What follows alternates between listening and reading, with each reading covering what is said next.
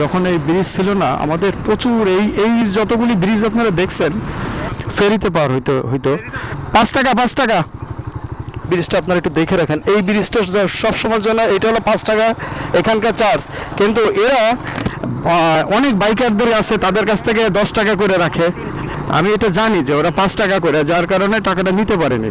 5 টাকা করে যখনই বলছে যে আমি বললাম 5 টাকা করে, তখন আবার 15 টাকা ফেরত দিছে। মানে কত বড় মানে ইবলিস এরা, বোঝেন? কিন্তু তোরা চুরি করবি কেন, মিথ্যা কথা বলবি কেন?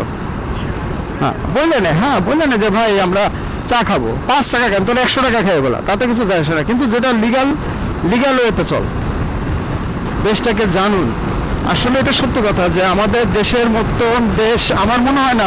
আমরা ইউরোপ কান্ট্রি ঘুরি, অনেক কান্ট্রি মানুষ ঘুরে, ইউরোপ কান্ট্রির মানুষ কিন্তু আমাদের দেশে এসে বলে যে এত সুন্দর দেশ। হ্যাঁ, আমাদের দেশকে বলে বিউটিফুল দেশ, আর আমরা এই দেশকে আমরা আসলে মূল্যায়ন করি না।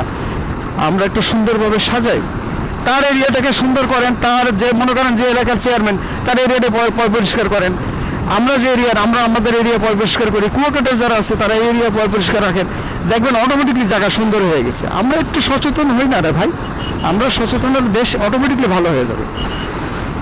আর অনেক সময় দেখা যায় যে আমরা যদি কাউকে কিছু বলতে যাই, তখন বলে যে ভাই ঠিক আছে ভাই, আপনি সাবধান হন। মানে সে উল্টা আমাদেরকে সচেতন করে ভালো কিছু বলার জন্য, ভালো কিছু করার জন্য। আমাদের অনেক বাইকাররা আছে যারা বাইকারদেরকে নিয়ে কাজ করতে চায়, বাইকারদেরকে ভালোবাসে। তারা সব সময়ের জন্য চায় যে না, আমরা বাইকারদের নিয়ে কাজ করি, বাইকারদেরকে একটু ভালো সাজেশন দিই, বাইকাররা কোনভাবে ভালোভাবে চলতে পারে। বাইকাররা অনেকটা দুর্বল, যেমন আমাদের 2টা ফগ লাইট লাগাইলে আমাদের খুব অন্যায় হয়ে যায়। দেখেন এই গাড়িটায় 8টা ফগ লাইট লাগানো, 8টা, অথচ আমরা যদি 2টা ফগ লাইট লাগাই তো হেডলাইটের নিচে, যেটা আমাদের প্রয়োজন, অত্যন্ত প্রয়োজন। আপনারা সবাই জানেন একটা বাইকের কতটুকু আলো। একটা বাইক যদি 40-45 স্পিডে যদি চলে, তাও তার আলোতে দেখা যায় না। আমার মনে হয় একটা রিক্সার আলোর থেকে বাইকের আলো কম। এইটা হলো লাস্ট ব্রিজ। এই যে দেখেন, এই যে সব সাম্পান মাছ ধরার সব ট্রলার, এইটাই সমুদ্রের মধ্যে গিয়ে মিশছে আর কি। এটা চলে গেছে ডাইরেক্ট সমুদ্রের মধ্যে চলে গেছে। হ্যাঁ, এইটাই শেষ ব্রিজ।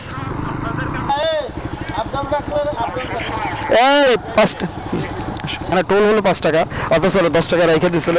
যে বলার পরে ওরা টাকাটা ফেরত দিছে। কেন ভাই, এটা কেন? আমরা চাই, আমরা এই যে কথাটা বললাম যে আপনারা আপনার জায়গার থেকে সচেতন হন, আমরা আমাদের জায়গার থেকে সচেতন হই। যারা নতুন বাইকার আসতেছেন তারা অন্তত চেষ্টা করবেন যে না, সুন্দর যে দৃশ্যগুলি আছে এগুলো তুলে ধরবেন, এবং যে সমস্ত জায়গায় অন্যায় হয় এগুলি আপনারা প্রতিবাদ করবেন। আর এই যে জিনিসটা আমরা যেটা দেখলাম, এই যে এখানে 5 টাকার টোল 10 টাকা রেখে দিচ্ছে, কেমন খামখেয়ালি। পরে আমরা যখন বললাম যে এটা 5 টাকার টোল, তখন ওরা বলতেছে এই 5 টাকা ফেরত দাও, 5 টাকা ফেরত দাও। কেন? যে জানে না তার কাছ থেকে রাখবে, যে জানে তার কাছ থেকে রেখে দেবে, যে জানে তার কাছ থেকে রাখবে না। এটা হলো বিষয়, বলেন? এটা তো আসলে ঠিক না, এটা খুবই অন্যায়, এটা একটা জঘন্য কাজ। খুলনা থেকে কুয়াকাটায় কয়টা ব্রিজ পড়ে এবং কত জায়গায় টোল, কয় টাকা টোল, এটা যদি আপনারা বলতে পারেন সঠিকভাবে, তাহলে আমাদের পক্ষ থেকে আপনাদের জন্য থাকবে দারুণ একটা উপহার। এবং আমাদের কমেন্টে জানাবেন, এবং আমাদেরকে যে সঠিক উত্তর যে সর্ব আগে দিতে পারবেন তার জন্য পুরস্কার থাকবে। আমরা সমুদ্র সৈকতে চলে আসছি। আমাদের আসলে খুলনা থেকে কুয়াকাটা ছাড়া আমাদের যাওয়ার মতন আর এরকম কোনো জায়গা নেই। এক আছে সুন্দরবনের যে জায়গাটা আছে, ওইটা আমাদের তো আসলে আশেপাশে যা আছে সবই আমাদের ঘোরা।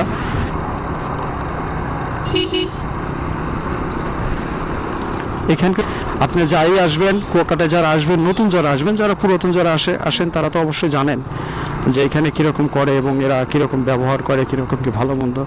তবে আমি প্রশাসনের ভাইদের কাছে অনুরোধ করব যে আপনারা একটু অন্তত সচেতনভাবে আমাদেরকে, যারা ট্যুরিস্ট যারা আসে তাদেরকে গাইড করেন এবং তাদেরকে সাপোর্ট করেন, যারা হয়রানির জন্য না হয়, এবং অতিরিক্ত দাম, অতিরিক্ত টাকা এটার জন্য না নেয় কেউ। অতিরিক্ত দাম নিলেও সমস্যা, অতিরিক্ত টাকা নিলেও সমস্যা। দেখা গেল সবাই একটু ঘুরতে চায় সীমিত বাজেটের মধ্যে।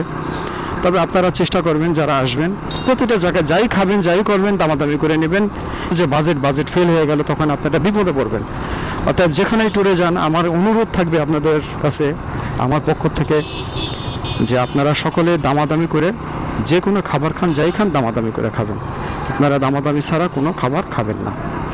এবং দামাদামি করে খাইলে আপনাদের সুবিধা হলো এটাই, আপনি আপনার রুচি মতন খাইতে পারবেন। কোনটা কত দাম আপনি জানিয়ে নিলেন, খাওয়ার পরে মনে করেন দাম বললো সে 100 টাকা জিনিস বললো 200 টাকা, তখন আপনার কাছেও খারাপ লাগবে।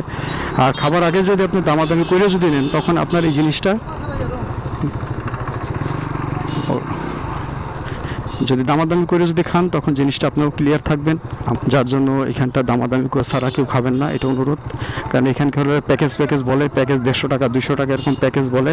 প্যাকেজে কী দেবে সেটা শুনে নেবেন আপনারা, যে ভাই প্যাকেজে কী আছে, কী খাওয়াবেন আপনারা, এটা শুনে নেবেন। তাহলে হবে কি আপনারা জিনিসটা ক্লিয়ার হয়ে যেতে পারবেন। এটা হলো এই যে এখানকার যারা সিকিউরিটির দায়িত্বে যারা আছে, এটা হলো তার অফিস। এখানে পুলিশ ভাইদের হলো এটা, এখানকার যারা বিসের যারা দায়িত্বে আছে, টোটালটা তারা কন্ট্রোল করে এখান থেকে। এখানে বিভিন্ন জায়গায় বিভিন্নভাবে সিকিউরিটি ক্যামেরা। ওয়েলকাম টু সমুদ্র কুয়াকাটা।